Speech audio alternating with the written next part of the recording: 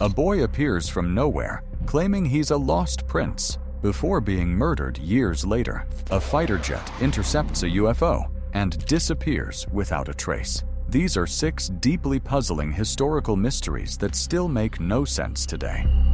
It all starts in Nuremberg, Germany, on May 26, 1828. A teenage boy is found stumbling through the streets, barely able to walk or talk. He's clutching a letter addressed to a local cavalry captain. The letter claims the boy was left in the writer's care as a baby back in 1812 and was raised in total isolation, never seeing another living soul. The boy, who eventually learns to say his name is Kaspar Hauser, becomes an overnight celebrity. He claims he spent his entire life in a tiny, darkened cell, fed only bread and water, with no idea that a world existed outside. As he slowly learns to communicate, his incredible story captures the imagination of all of Europe. But who was this kid? Was he the victim of some unspeakable cruelty, or was this all just an elaborate scam? The most popular theory, the one that's still debated, is that Kaspar was the true hereditary prince of Baden. The idea goes that he was switched at birth with a dying infant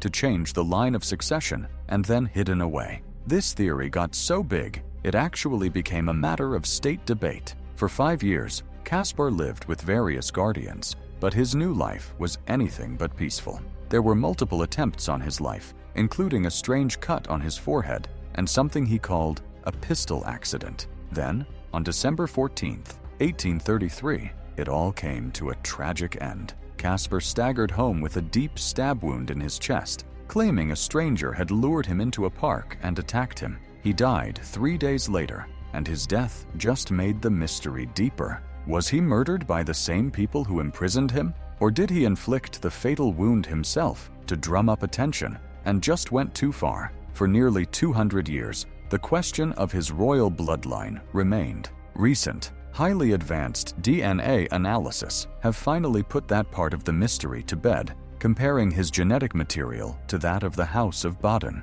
The results proved that he was not the prince, and yet that only solves one piece of the puzzle. Who Kaspar Hauser really was and why he was killed remains as impenetrable as the walls of the cell he claimed to escape.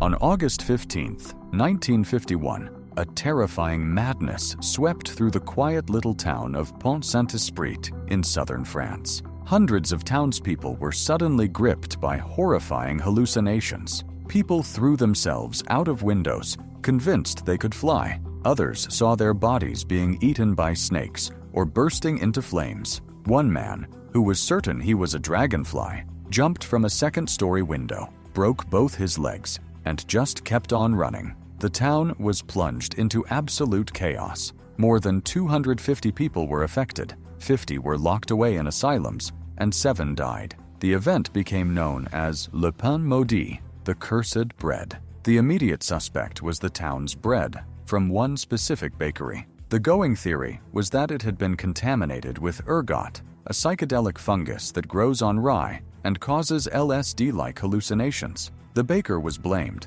but many experts felt the symptoms didn't quite match up with ergot poisoning. For decades, the ergot theory was the official story. But then, in 2009, an investigative journalist named H.P. Albarelli Jr. dropped a bombshell. After digging through declassified documents, he claimed the mass poisoning wasn't an accident at all, but a secret field experiment by the CIA. Albarelli's research suggested that the CIA, as part of its infamous MK Ultra mind control program, had secretly dosed the town's food with LSD. The goal, he claimed, was to test a mind-altering agent for warfare. The documents he cited included a CIA note about a conversation with an official from the Sandoz chemical company who allegedly confirmed that the secret of Pont-Saint-Esprit was LSD, not ergot. The French government has never acknowledged this, and the CIA, unsurprisingly, hasn't confirmed it. So, was this a tragic natural outbreak, or were the people of Pont-Saint-Esprit unwitting guinea pigs in a twisted Cold War experiment? The truth remains terrifyingly out of reach. Ida Wood was a famous socialite during the Gilded Age, known for her beauty, charm, and incredible wealth. She danced with the Prince of Wales and was a star in New York's high society. Then, in 1907, during a massive financial crash known as the Panic of 1907, she did something no one could understand. Convinced the banks were about to fail, Ida, a 69-year-old widow, liquidated a huge chunk of her fortune, pulling out nearly $1 million in cash, a staggering amount of money back then. She took her sister Mary and her daughter Emma and checked into a 2-room suite at the Herald Square Hotel in New York City, and then they locked the door. For the next 24 years, Ida Wood never once left that room. She, her sister, and her daughter became complete recluses, shutting out the entire world. They only communicated with hotel staff by passing notes and cash through a small crack in the door. No one saw them. No one knew what was going on inside. Finally, on March 5, 1931, a now 93-year-old Ida, frail and nearly deaf, cracked open the door. She was calling for help because her sister Mary was dying. What the hotel staff, and soon the entire world, discovered was shocking. The once glamorous socialite had been living in absolute squalor, surrounded by decades of garbage, rotting food, and her massive fortune, which she had stashed in shoeboxes, cracker tins, and even sewn into her clothes. But the biggest shock came when lawyers, trying to sort out her huge estate, started digging into her life story. They discovered that almost everything about Ida Wood was a lie. Her real name was Ellen Walsh, the daughter of poor Irish immigrants. She had run away from home as a teenager, completely fabricated a new identity as a Southern belle, and tricked her way into high society and a wealthy marriage. Her entire life was a masterful performance. So why did she lock herself away for a quarter of a century? Was it just a paranoid fear of losing her money? Or, after a lifetime of deception, was she simply hiding from a world she feared would finally expose her secret? We'll never know. In November of 1970, in a desolate valley near Bergen, Norway, a place locals call Death Valley, a father and his 2 young daughters stumbled upon a horrific sight. Tucked away among the rocks were the charred remains of a woman. But this wasn't just a tragic accident. The scene was deeply weird. The front of her body was burned, but there was no sign of a campfire anywhere near her. When police dug in, the case went from strange to baffling. All the labels on her clothes had been carefully cut off. Her fingerprints were wiped clean from her belongings. At a nearby train station, investigators found 2 suitcases that belonged to her. Inside was a strange collection of wigs, disguises, non-prescription glasses, and a notepad filled with what looked like coded messages. And, most telling of all, they found 8 fake passports, each with a different alias. The autopsy revealed she had over 50 sleeping pills in her stomach, but it also showed carbon monoxide poisoning, meaning she was still breathing when the fire started. Investigators painstakingly traced her movements across Europe, hopping from hotel to hotel under a string of fake names. Witnesses described her as a sharp, sophisticated woman who spoke several languages. One hotel guest even claimed he saw her with 2 men in black suits just days before she was found, saying she looked terrified. During the Cold War, the leading theory was that the Isdal Woman was a spy. Bergen was a hub of military activity, and her intense efforts to erase her identity fit the profile perfectly. But no government ever claimed her, and no intelligence agency admitted to knowing who she was. In recent years, isotope analysis of her teeth gave us a clue. She was likely born near Nuremberg, Germany, around 1930, and might have moved to France as a child. But this just adds another layer to the puzzle. Who was she, and what was she doing in Norway? Was it a calculated suicide, a political assassination, or something else? More than 50 years later, the Isdal Woman is still a ghost, a name without a person, her real story lost to the ashes in Death Valley. From poisoned minds to lost identities, history is just full of riddles. If your brain is spinning with questions right now, do us a favor and hit that like button and subscribe to the channel. We have 2 more baffling cases coming up that will challenge everything you thought you knew about the past. On May 20th, 1967, an amateur geologist named Stefan Michalak was out prospecting for quartz in the Canadian wilderness near Falcon Lake, Manitoba. What he found that day, however, would become one of the most well-documented and physically strange UFO cases ever. According to Moncla's unwavering account, he heard some agitated geese, looked up, and saw two glowing, oval-shaped crafts descending from the sky. One hovered for a moment before zipping away, but the other one landed on a large, flat rock nearby. Thinking it was some kind of secret American experimental plane, Moncla actually spent the next 30 minutes sketching the seamless, metallic object. Eventually, his curiosity got the best of him. He walked up to the silent, disc-shaped craft, heard what he described as muffled voices from inside, and touched its hot, smooth surface, which instantly melted the fingertip of his glove. All of a sudden, the craft shifted.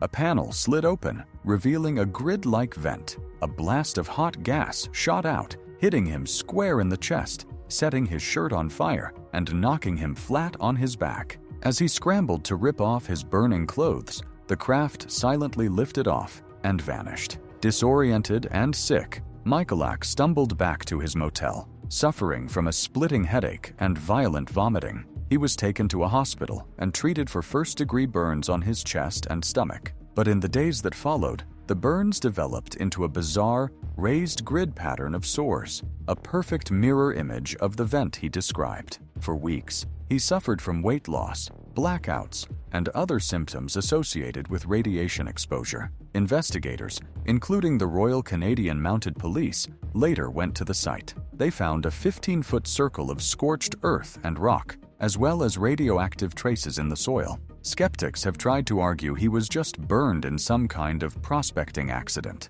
but Moncla's story never changed a single bit until the day he died. To this day, the physical evidence, those grid-like burns and the radioactive landing site, has never been fully explained.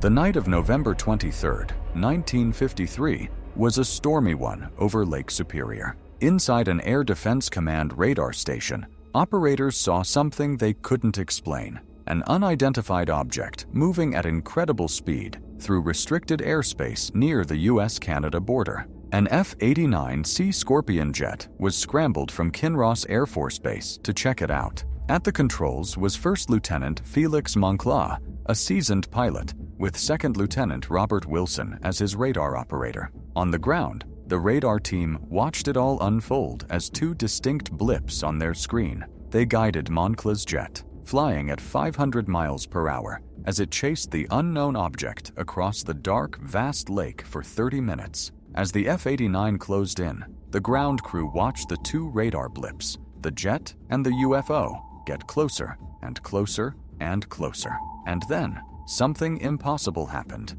Over the open water, the two blips merged into one. For a second, there was just a single, larger blip on the screen. Then, that blip veered off and vanished from the radar completely. There was no distress call, no mayday, no explosion, just silence. A massive search and rescue operation was launched by both the US and Canadian Air Forces, but not a single piece of the plane, Moncla, or Wilson was ever found. The official Air Force report changed its story several times. The first press release confirmed the jet was tracked until it merged with an object. That was quickly retracted, replaced with a new version. Moncla probably got vertigo and simply crashed into the lake while chasing a Canadian civilian plane that was off course. The only problem? Canadian authorities denied having any aircraft in that area at all. So, did two experienced pilots just crash? Or did they, as the radar screen showed, make contact with an unidentified flying object over Lake Superior